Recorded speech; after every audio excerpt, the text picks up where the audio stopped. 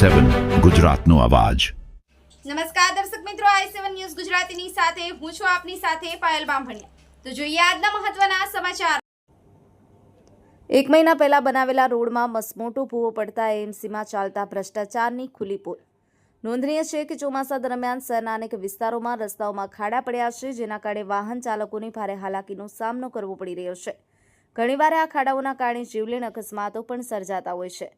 એવામાં અમદાવાદ શહેરના સરસપુર વિસ્તારમાં એક મહિના પહેલા રથયાત્રા દરમિયાન બનાવાયેલા રોડમાં મસમોટો ભૂવો પડી ગયો હતો અને તેમાં રસ્તે જઈ રહેલા એક રિક્ષા ચાલક ફસાયો હતો। તેની મદદથી સરસપુર વિસ્તારના આમ આદમી પાર્ટીના શહેર જોઈન્ટ સેક્રેટરી જગદીશભાઈ કલાત્મિક તથા આમ આદમી પાર્ટીના મહિલા પ્રમુખ સિદ્ધિ ભાવસાર દ્વારા મોડી રાત સુધી સ્થળ ઉપર હાજર રહી તે રોડનો ખાડો પૂરવાનું કાર્ય કરાવડાવ્યું હતું।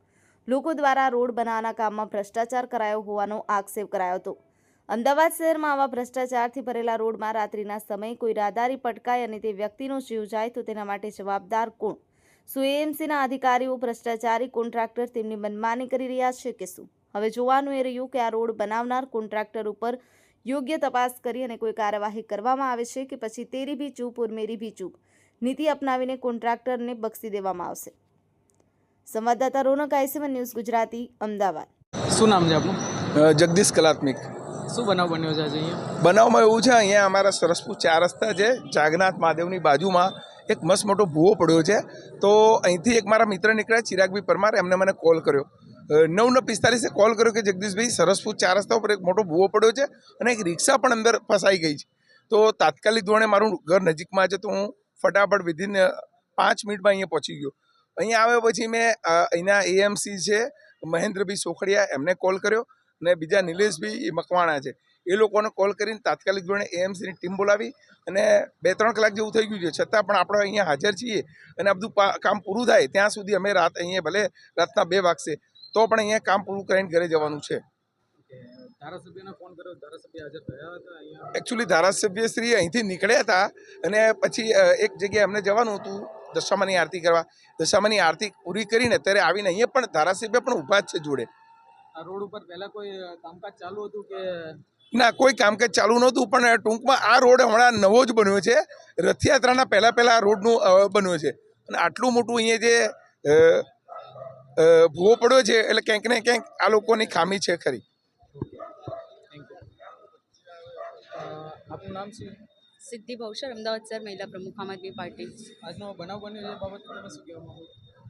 આજે જે બનાવ બન્યો છે એમાં એવું છે કે મને જગદીશભાઈનો કોલ આવ્યો કે અહીંયા 4 રસ્તા સરસપુર પર એક ભૂવો પડ્યો છે, એમાં રિક્ષા પણ ફસાઈ ગઈ હતી।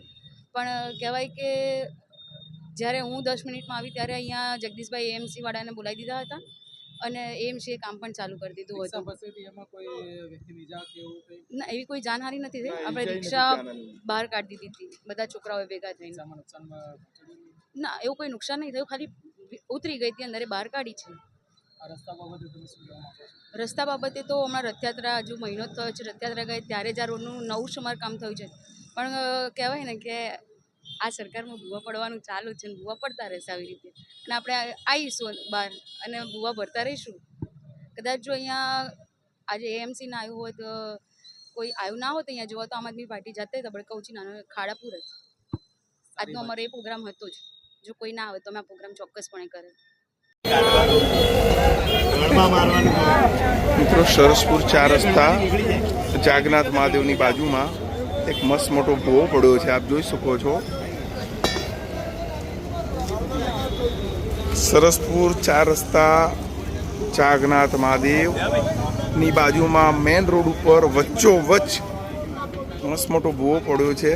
આ છે એએમસીની કામગીરી। મિત્રો, આપ જોઈ શકો છો બધું પોલમ પોલ છે, અંદર તમે જોઈ શકો છો બહુ મોટો વિશાળ ભૂવો છે। આ પરિસ્થિતિ છે આપણા સરસપુરની। આપણું સરસપુર, આગવું સરસપુર, સ્વચ્છ ને સુંદર સરસપુર, ભગવાનનું મોસાળ એવું સરસપુર। ભગવાનના મોસાળથી 200 મીટરના એરિયામાં આપણે જોઈ શકો છો એક મસ્ત મોટો ભૂવો પડ્યો છે।